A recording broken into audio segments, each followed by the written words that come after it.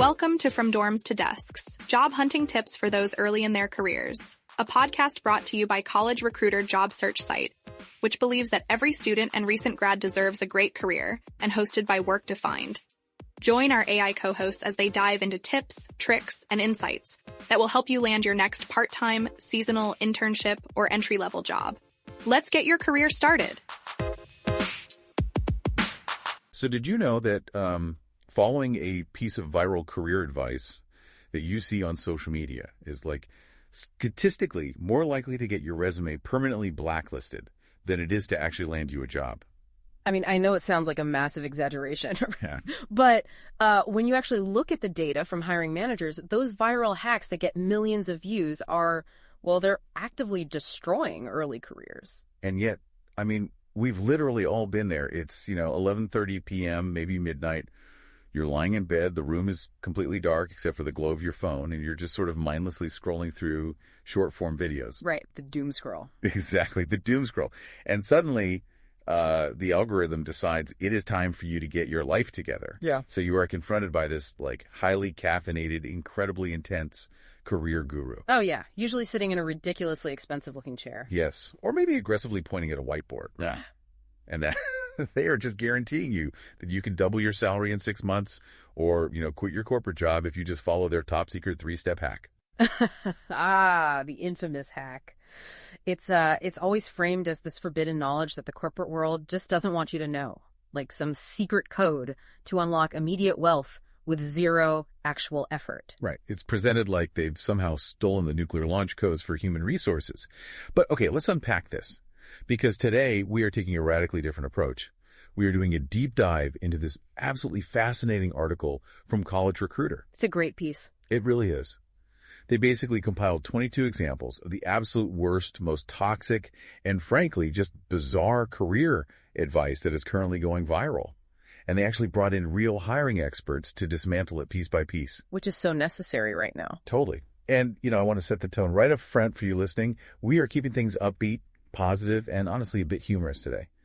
We're taking a page out of the High Volume Hiring podcast book for this, because while this viral advice is objectively dangerous to your career, the reality of how you actually build a great one is, well, it's incredibly encouraging. Yeah, it's a huge relief, honestly, to know that you don't actually have to play these exhausting games. Right. So before we get into the specifics, what's fascinating here is understanding exactly why this advice even exists in the first place. Right. Like, why is it so prevalent on our feeds? Well, the first thing to understand is that short-form video platforms, they do not reward accuracy. They just don't. And they definitely don't reward nuance. Right, because nuance takes longer than 60 seconds. Exactly. They reward performance and they reward engagement. So the goal of a career influencer on these platforms is simply to get a click, or to generate outrage, or maybe provide a quick hit of immediate gratification. But the viewer's goal is totally different. Completely different. Your goal as the professional is to build a decades-long career. And those two objectives, the click versus the career, they are fundamentally at odds. If you optimize your professional life based on a 60-second video format, you are basically optimizing for chaos. Wow. Optimizing for chaos. That is, that hits hard. Yeah. And whether you are a recent grad just stepping into the job market, or maybe you're looking to pivot industries, or honestly just curious about modern workplace dynamics, understanding this gap is crucial. It really is your competitive advantage. Right. So let's just jump in right at the beginning of the journey, because before you can even worry about how to act in a meeting, you have to actually get your foot in the door. So the application phase, which feels like ground zero for internet hacks. Oh, it absolutely is. And, the most pervasive myth here revolves entirely around the applicant tracking system, or the ATS. Okay, let me stop you right there, because everything I see on social media tells like a 22-year-old that the ATS is this evil, emotionless robot gatekeeper that just wants to reject them. Right, the big bad algorithm. Yeah. And so the viral advice is all about this thing called keyword stuffing. Influencers are basically like, just gain the APS by hiding as many keywords as humanly possible. The white text hack. Yes. The classic one where they tell you to copy the entire job description, change the font color to white so it's invisible to the human eye, and then paste it at the very bottom of your resume. That way, the robot sees a 100% match. If the ATS is literally programmed to filter out people who don't have certain words, aren't candidates kind of forced to play this game just to survive? I mean, that is exactly the logic that gets people permanently blacklisted. Wait, really? Blacklisted? Oh, absolutely. To understand why this is such terrible advice, we have to look at how modern applicant tracking systems actually work. Like back in the early 2000s, sure, ATS software was essentially a dumb keyword matcher. It just ran a basic Control-F function. Okay, so it used to work like that. It used to, but we are decades past that technology. Modern ATS uses semantic analysis. It actually understands the relation between phrases. So it isn't just looking for the isolated word leadership. It is parsing your bullet points to understand the actual context of how you led a team. Oh, so it's actually reading the structure of the document, not just doing a blind word count. Precisely. And here's the mechanical failure of that white text hack that influencers love to push. When an ATS parses a resume, it strips all the formatting away to create a uniform, plain text profile for the human recruiter to read on their screen. Yeah, so that invisible white text. The system turns it into glaringly obvious normal black text at the bottom of your file. So the recruiter opens your profile and just sees 3 pages of the exact job description blindly copy-pasted at the end of your work history. Oh, man. That is so embarrassing. It's humiliating. You instantly look ridiculous. And more importantly, you look untrustworthy. I mean, you actively tried to manipulate the system rather than just demonstrating your value. So you think you're being this, like, hacker mastermind, and you're absolutely just handing the human recruiter a document that practically screams, I don't have the skills, so I tried to trick you. Exactly. And even if we step away from the invisible text thing, just awkwardly jamming regular keywords into your sentences is a total Pyrrhic victory. Because the human still has to read it.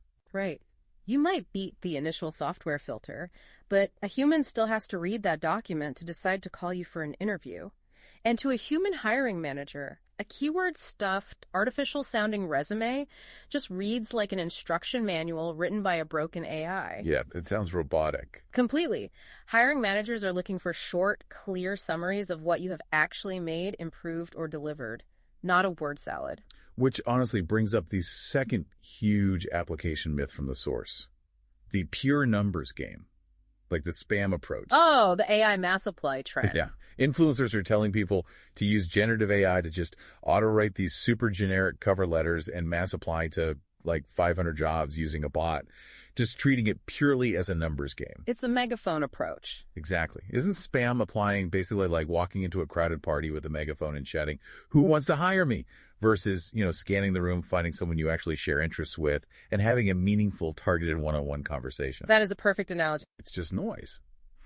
But the influencers argue that, well, if the success rate is 1%, you just need to apply to 1,000 jobs to get 10 interviews. It's just math to them. Right. The math seems logical if you're just drawing on a whiteboard, but it fails completely when you factor in human psychology. What do you mean? Well, if you send out 500 generic automated applications, you're statistically guaranteeing yourself hundreds and hundreds of rejections. We have to talk about the psychological toll of that. Oh, I didn't even think about that. The inbox full of rejections. It's brutal.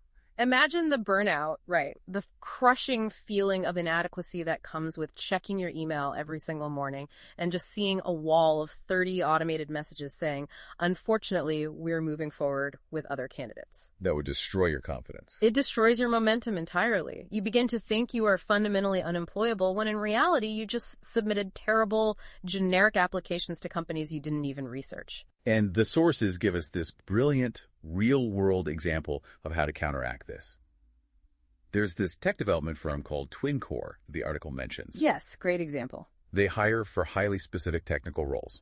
So people working with software frameworks like .NET Core, managing databases with SQL, building web interfaces with Angular, stuff like that. And TwinCore explicitly notes that the candidates who actually get hired do the exact opposite of spamming. Right, they take their time. Yeah, they might only apply to 5 jobs a month, but they meticulously tailor their story. They don't just list .NET Core as a keyword to trick the ATS. They actually explain a specific project end to end. They show the whole picture. Exactly. They describe the initial requirements of the project, the technical trade-offs they had to make, how they tested the code using frameworks like Munit, and how they automated the deployment using continuous integration tools. Like, they tell a whole story. And that right there is the difference between simply claiming a skill and actually demonstrating operational competence. The tailored applicant shows an understanding of the entire business ecosystem, not just a fragmented piece of software. Right. Which really leads us to probably the most catastrophic piece of advice in the whole application phase. Mm-hmm. Literally lying to the ATS about your technical skills just to get an interview. Oh, the classic fake it till you make it pipeline. It is the worst advice possible. The logic is always just lie to get in the room, and once you're face-to-face, your natural charm and personality will win them over. It is professional suicide. Let's just walk through the actual mechanics of a technical interview for a second. Okay, lay it out for us. If you claim you're proficient in, say, SQL database management just to bypass the ATS, what do you honestly think happens in the interview? They don't sit down and ask you about your favorite movies. No, they want to see the skills. Right. The hiring manager slides a laptop across the table, or they point to a whiteboard, and they say, great, we currently have a bottleneck in our data retrieval. Walk me through exactly how you'd architect this query to fix it. Oh, man. The sheer panic. I'm getting secondhand anxiety just picturing that moment. It's over in 5 seconds. It really is. The charade collapses instantly. But what the influencers completely ignore when they push this hack is the long-term consequence. The danger isn't just that you lose that specific job offer. What's the real danger? The real danger is that you have permanently damaged your professional reputation. You've just revealed to a hiring manager a fundamental lack of integrity. And in specialized industries, whether that's tech or finance or even the specialized trades, the network is incredibly small. People talk. Exactly. Hiring managers talk. Recruiters move from company to company. You can very easily find yourself informally blacklisted across multiple organizations because you didn't just fail a skills test, you actively attempted to deceive them. So the boring truth is that targeted effort, honesty, and tailoring your resume actually works. Who knew? Shocking, I know. Okay, so let's say you follow the good advice, you tailor the resume, you demonstrate real projects, you're honest, and you beat the odds. You get the call back, you are heading into the interview. The next hurdle. Yes, and this introduces a whole new set of viral traps. Because social media seems completely polarized on how you should behave in that interview room, it swings wildly between like just wing it on one side and aggressive, almost hostile manipulation on the other. It's the clash between the just be authentic trap and the assert dominance swagger. Exactly. So let's tackle the authenticity trap first. This is the viral notion that you shouldn't rigidly prepare for an interview because, quote, authentic people get hired. Which sounds so nice in theory. It does. It's this romantic idea that if you just show up as your pure, unfiltered self, the company will magically recognize your inner genius. And, I mean, playing devil's advocate here, shouldn't I just want them to hire me? If I rehearse a bunch of corporate answers, aren't I just being fake? I hear that a lot, but it is a fundamental misunderstanding of what preparation actually does. When influencers tell you to just wing it in the name of authenticity, they are confusing authenticity with unpreparedness. Okay, explain that. Let's look at the actual physiological reality of a job interview. By design, it is an evaluative high-stress environment. When you walk into that room without preparation, your cortisol levels spike. Your sympathetic nervous system kicks into a mild fight-or-flight response. The sweaty palms, the racing heart, the dry mouth. Exactly. And when your brain is stressed like that, your executive function drops. You rely heavily on filler words like and like. You ramble. You lose your train of thought halfway through a sentence. They've all been there. Right. So when you wing it, you are not actually showing the hiring manager the real, authentic you. You are showing them the highly stressed, cognitively impaired version of you. Wow, I had never thought about it like that. Yeah. Preparation, actually researching the company, formulating specific examples, using the STAR method, situation, task, action, result, that actually lowers your baseline anxiety. Because you know what you're going to say. Exactly. Preparation allows your true personality to actually shine through because your brain isn't panicking trying to invent a coherent answer on the spot. Furthermore, showing up completely unscripted tells the hiring manager you don't even respect their time enough to do basic homework. That makes total sense. You aren't scripting a fake personality. You are organizing your real experiences so you can actually retrieve them under pressure. Beautifully put. Okay, now on the flip side of the authenticity coin, we have the fake confidence advice. The people telling you to act like an absolute hotshot, never admit a single weakness, and just exude this impenetrable alpha energy. Right, the swagger approach. There's a brilliant story in the College Recruiter article about this, actually.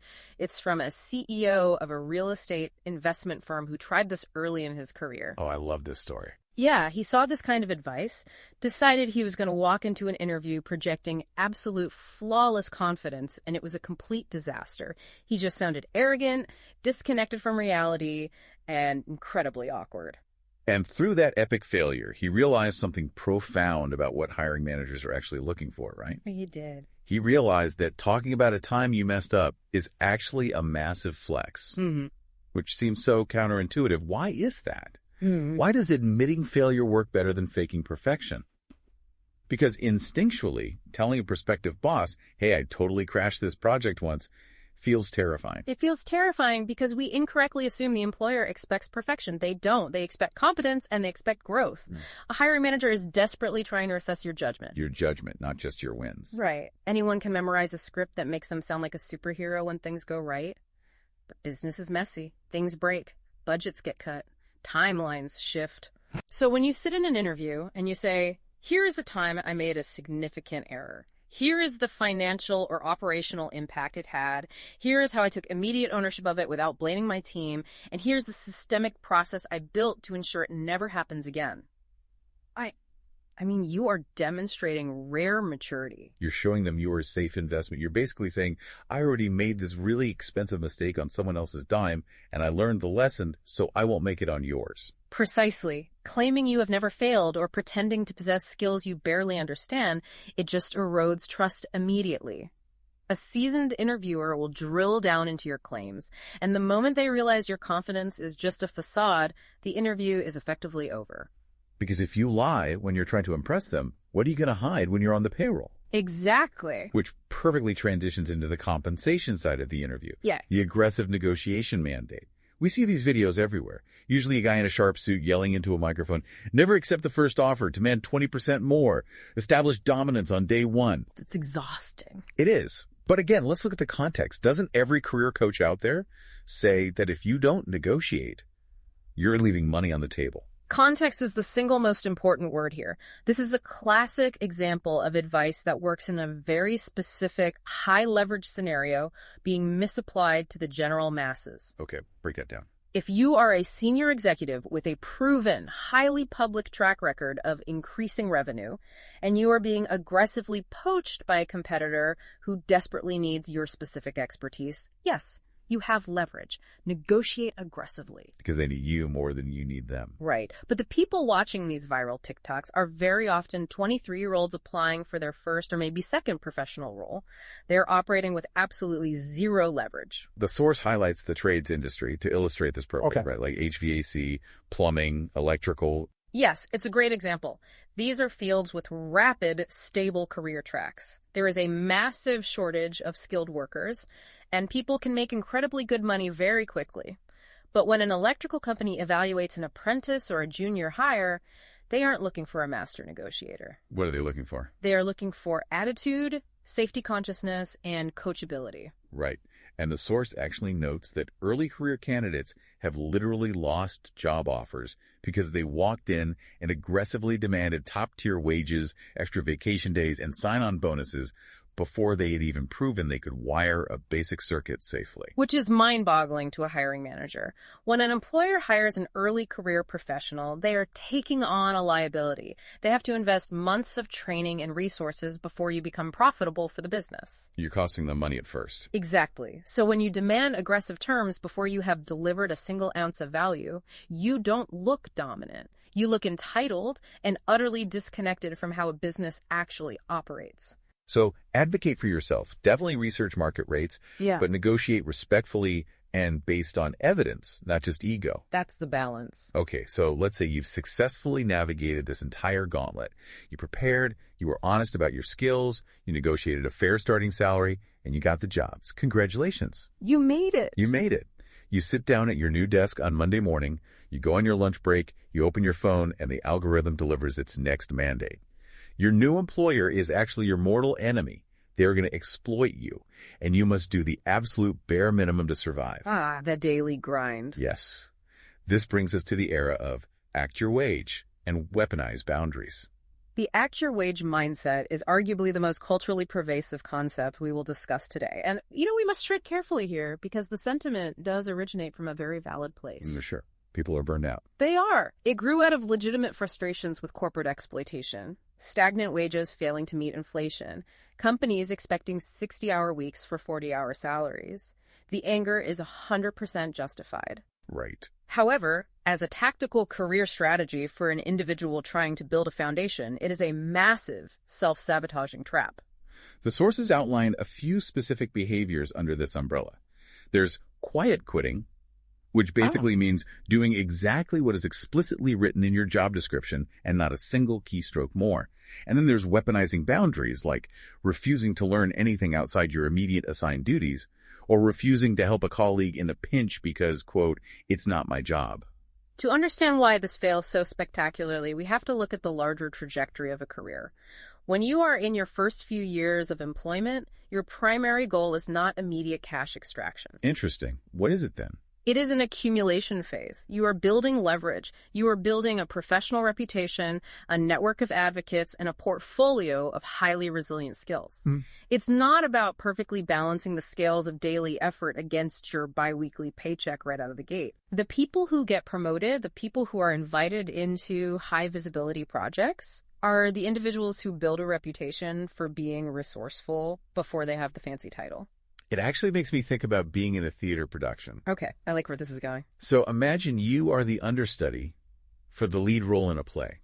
Your literal job description on paper says, memorize the lines in case of emergency. That's it. Right. But during rehearsals, the lead actor is struggling, the director is stressed trying to fix a scene, and you decide, well, I'm only being paid understudy wages, so I'm going to sit in the dark corner of the theater and just scroll on my phone. I'm not going to watch the blocking. I'm not going to help the stage manager because that's not my job. And what happens? You are guaranteeing that you will never, ever be cast as the lead role. You are using your job description as a shield, but it's actually a cage. That is a phenomenal analogy, truly. And it happens in corporate environments every single day. I want to take a break real quick just to let you know about a new show we've just added to the network. Up Next at Work, hosted by Gene and Kata Keel of the Devon Group.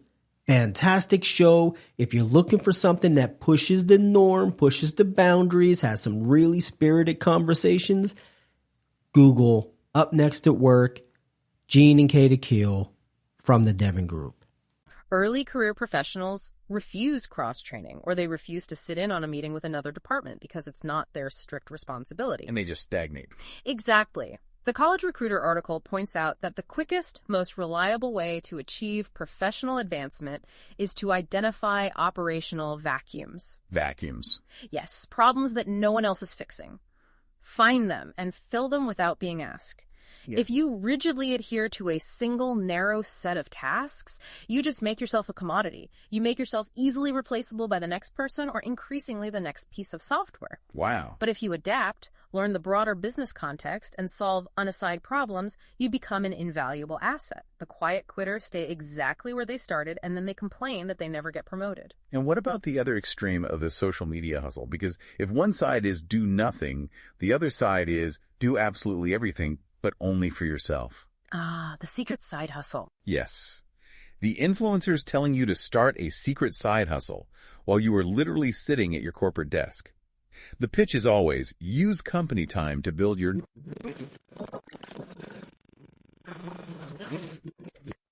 Both arenas.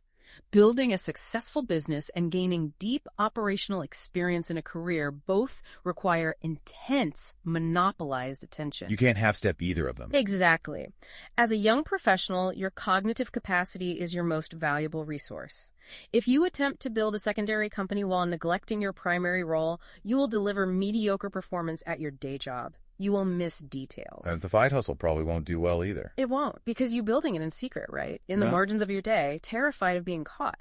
So your secondary project will likely be stunted and completely unscalable. Not to mention, you completely destroy your chance at finding a mentor at your day job. Yeah. I mean, no senior leader is going to invest their political capital or their limited time into coaching someone who is clearly disengaged and always has one foot out the door. Precisely. It is performative hustle. It looks great on a vlog, but it produces terrible real-world results. Which is exactly like the 5 a.m. morning routine videos. We've all seen them. Oh, the ice baths. Yes. Yeah. The alarm goes off, it's pitch black outside. The influencer drinks a glass of Athletic Greens, does a 3-minute cold plunge in a barrel of ice, journals in a leather-bound book about Stoic philosophy, and goes for a run all before the sun comes up. And the implied message is, if you don't do this, you will be poor.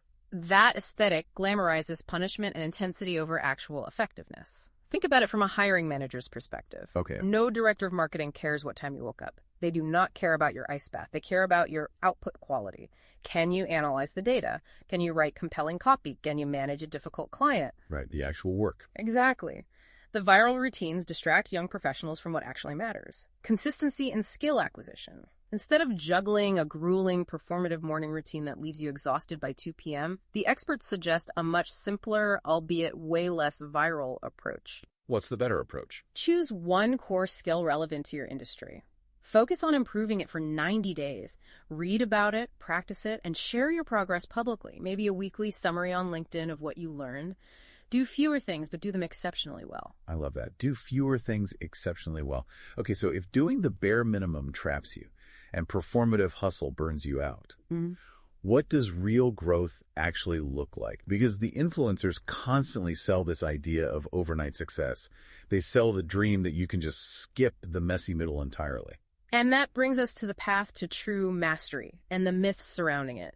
Because the messy middle is the crucible. It is where all actual economic value is created. But social media hates the messy middle. It abhors the messy middle because it doesn't fit into a tidy 60-second narrative. So they create these shortcuts. And the viral advice here usually falls into a few categories: degree entitlement, the expert on day one pressure, and the passion ultimatum. Let's unpack degree entitlement first. This is the mindset where someone graduates with a master's degree, or even just a specialized bachelor's, and they believe that academic credential means they should instantly bypass entry-level execution and demand a strategic management role. Like, I have an MBA, I shouldn't be updating spreadsheets, I should be directing the department. It represents a fundamental misunderstanding of how a business actually operates. Academic qualifications do not equal operational competence. Right. You can study organizational management theory in a classroom for 4 years. You can read case studies about supply chain logistics until you're blue in the face. But that does not mean you know how to manage a real corporate budget when revenue suddenly drops 15%. And it certainly does not mean you know how to manage real human beings with competing egos and varied motivations. Right. It's like reading a textbook on aerodynamics, perfectly memorizing the physics of lift, and then walking into the cockpit of a Boeing 737 and asking the captain to move over. Exactly. You might know the theory perfectly, but you have 0 actual flight hours. That is a great way to look at it. True authority in the workplace comes from a battle-tested understanding of the real friction in the marketplace. You have to spend time in the operational trenches. Doing the unglamorous stuff. Yes. You have to execute the foundational tasks. Updating those spreadsheets, formatting the reports, taking the angry customer service calls to understand the actual mechanics of the business. If you ask for a director title without ever having done the heavy lifting, you just signal to leadership that you are completely out of touch with reality. You cannot optimize a system you have never operated. And part of getting those flight hours means making mistakes, which touches on the second myth here. The expert on day one pressure. Social media curates perfection. It tells young professionals they need to have a flawless personal brand from the exact moment they graduate. So they show up to their first job terrified of looking foolish. The College Recruiter article provides a brilliant anecdote about this from a seasoned professional in IT infrastructure. He noted that when he started out, he knew almost nothing practical about the specific server configurations his company used. Because school didn't teach him that specific setup. Exactly. But instead of pretending he knew it all to protect his ego, he leaned fully into his junior status. He learned by screwing up in safe environments and relentlessly pestering his senior colleagues with questions. He admitted his ignorance so he could actually cure it. Yes. Early errors, when communicated honestly and corrected quickly, are your greatest teachers. If you pretend to be an expert on day one just to avoid the temporary embarrassment of asking a basic question, you close yourself off to the very feedback loop that creates genuine expertise. You build a house of cards that will eventually collapse under the weight of real responsibility. Okay, I want to pivot to the biggest sacred cow of all career advice, the passion ultimatum. Oh boy. The advice that says, never take a job that doesn't perfectly align with your passion. Yeah. If you love what you do, you'll never work a day in your life. Hold on. Let me stop you before you completely destroy this one. Yeah. Because follow your passion is the golden rule. It's printed on coffee mugs. Why is it bad advice for a 22-year-old to hold out for their dream job? It is dangerous advice because early careers are meant for exploration, not destination. When you are 22, your definition of your passion is usually based on a highly idealized, sanitized view of an industry. What do you mean by sanitized? Well, you might be passionate about saving the environment, right? But you don't know if you actually enjoy the day-to-day reality of writing tedious grant proposals, conducting repetitive soil sampling, or lobbying local government, which is what the actual jobs require. Oh, true. You just like the idea of it. Right. If you optimize purely for a perceived dream status, you might miss out on adjacent opportunities that actually force you to grow. The reality that shocks most young professionals is that passion usually follows competence. Whoa. Wait, passion follows competence. That flips the entire narrative upside down. Yeah. You don't find your passion and then get good at it. You get good at something and then you become passionate about it. Exactly. Human beings naturally enjoy doing things they're highly effective at. When you dive into a role, even one that seems slightly boring on the surface, and you build rare skills, when you learn how to solve complex problems. When you become the go-to person. Yes. When colleagues start coming to you for advice because you are the expert, that mastery generates passion. You start to love the work because you respect your own capability within it. Holding out for a perfect, magical passion match while your skills just stagnate on the sidelines is a terrible trade-off. That is profound. Get good first, and the enjoyment follows the mastery. Okay, so let's say you were actually executing on this. You were in the trenches, you were making mistakes, asking questions, building competence, and finding satisfaction in your growing skills. You're doing everything right. Right. But then your feed delivers the next viral mandate, the job hop. Influencers literally scream at you that if you've been sitting at your desk for 12 months, you are actively losing money to inflation, and you must job hop immediately for a 20% raise. This brings us to what is perhaps the most mathematically seductive, yet structurally destructive piece of advice we will cover today, the 12-month hop hack. The blanket recommendation to switch employers every single year to artificially maximize your salary trajectory. I have to admit, on paper, it looks like an absolute cheat code. You start at Company A for $60,000.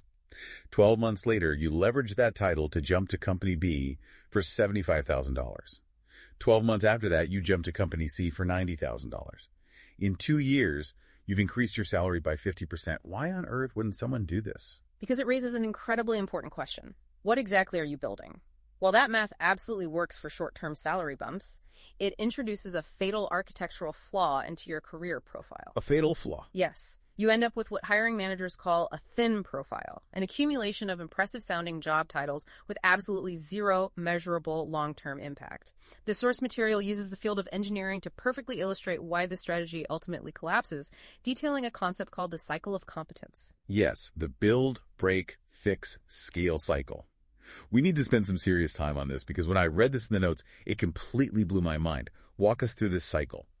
True seniority, the kind of rare expertise that commands long-term respect, actual job security, and sustainable high compensation, does not come from tenure alone. It comes from completing full operational life cycles. Okay. And a complete cycle in almost any complex industry takes a minimum of 18 to 36 months to experience.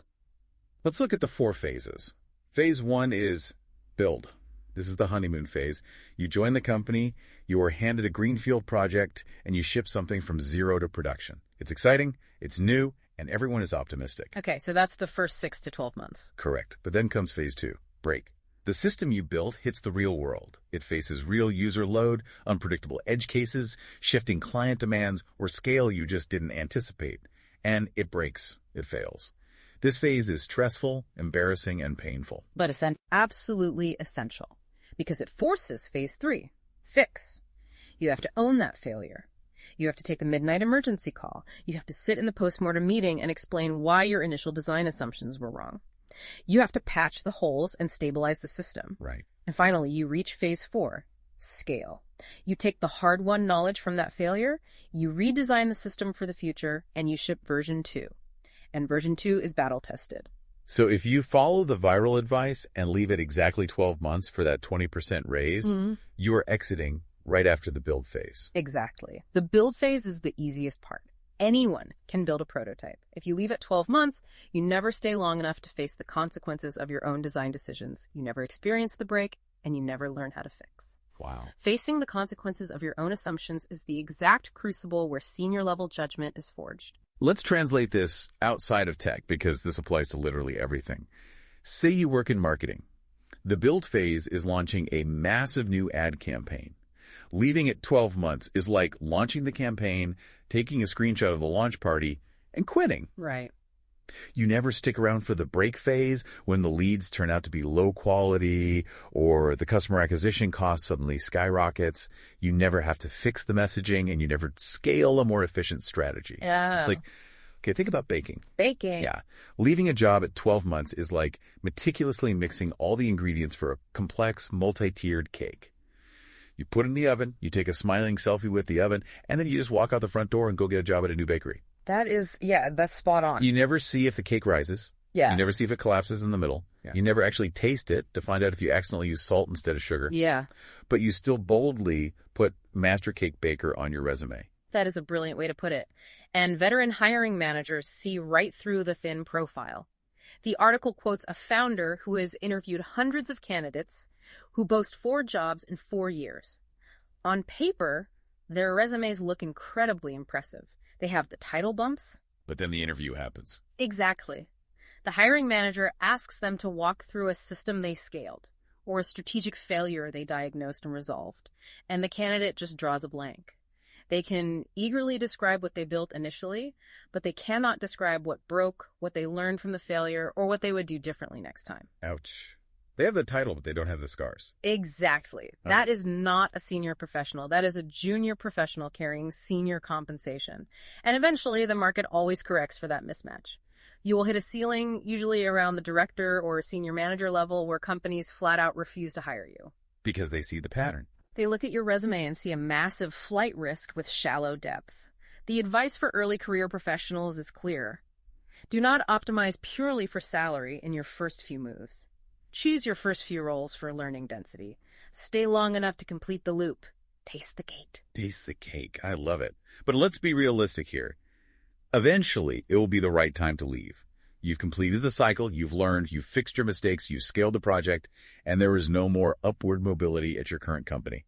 It's time for the next challenge. It happens to everyone. Right.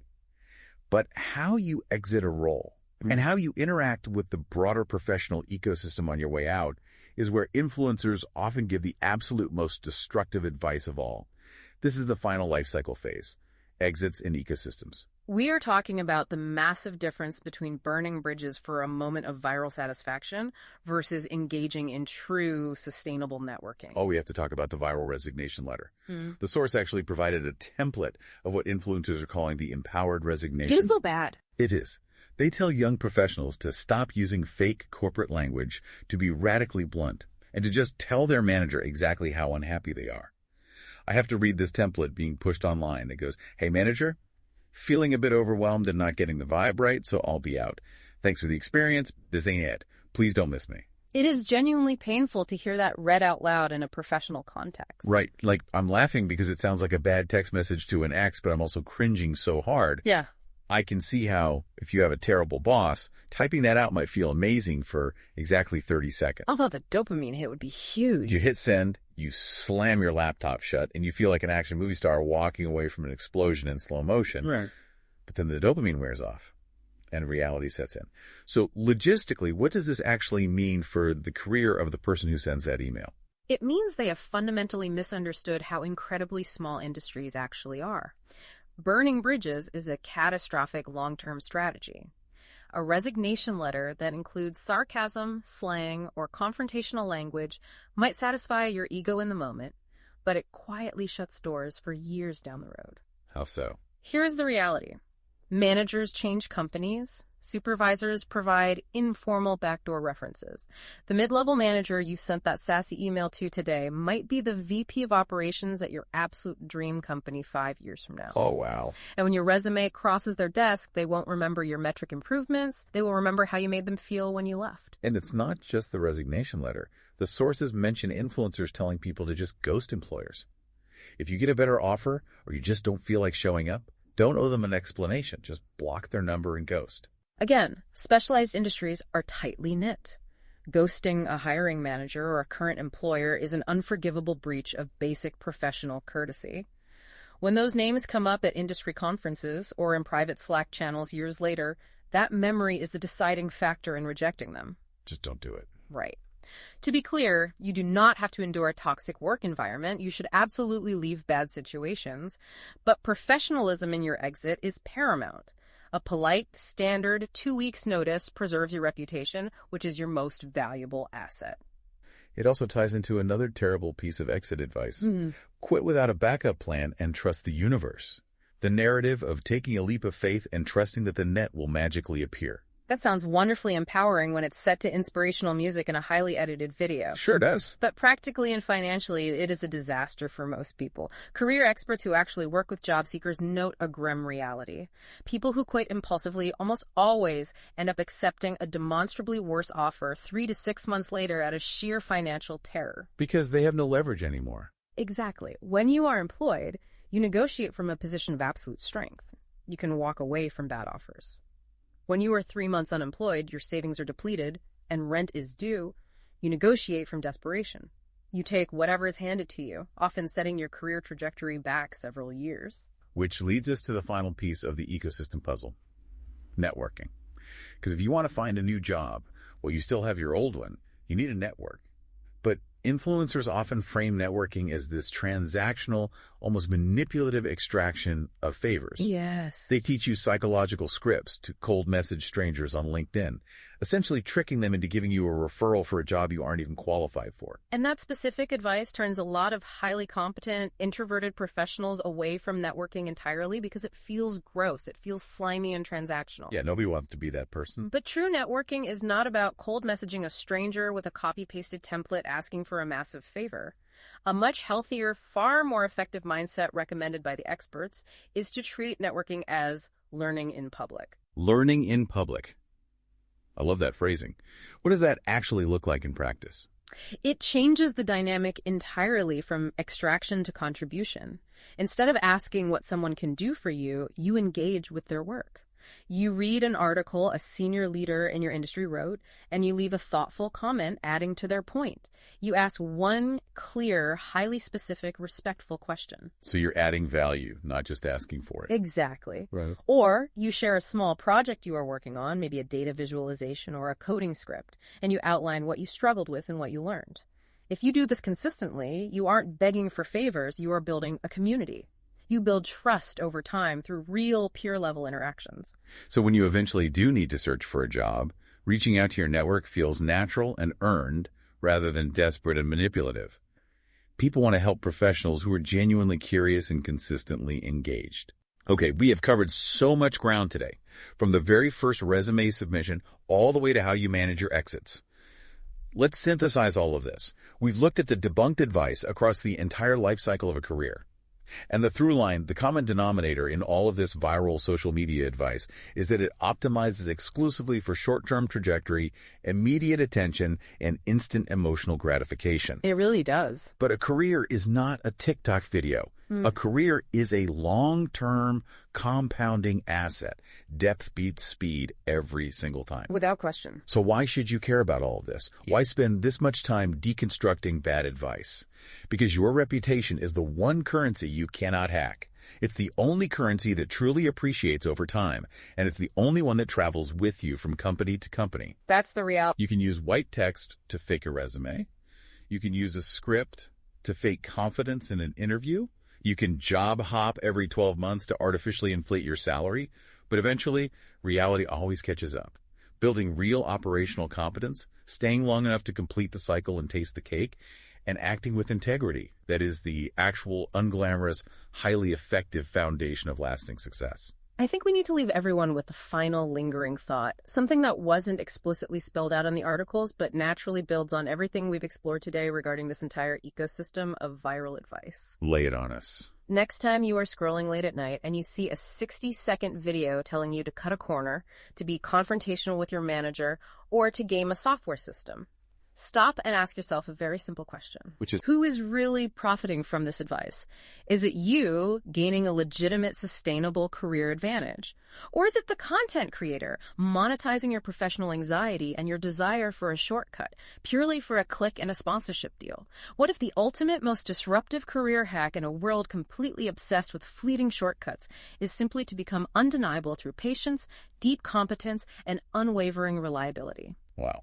Becoming undeniable. I think that is the absolute perfect place to leave it. Thank you so much for joining us on this deep dive. Take these insights into your week, ignore the performative swagger on your feed, and go build something of real, undeniable substance. We'll see you next time. This has been From Dorms to Desks, job hunting tips for those early in their careers. A podcast brought to you by College Recruiter job search site, which believes that every student and recent grad deserves a great career. Each episode, we dive into tips, tricks, and insights that will help you land your next part-time, seasonal, internship, or entry-level job. Subscribe to this podcast for free now, so you don't miss an episode, and visit www.collegerecruiter.com to find your next great job.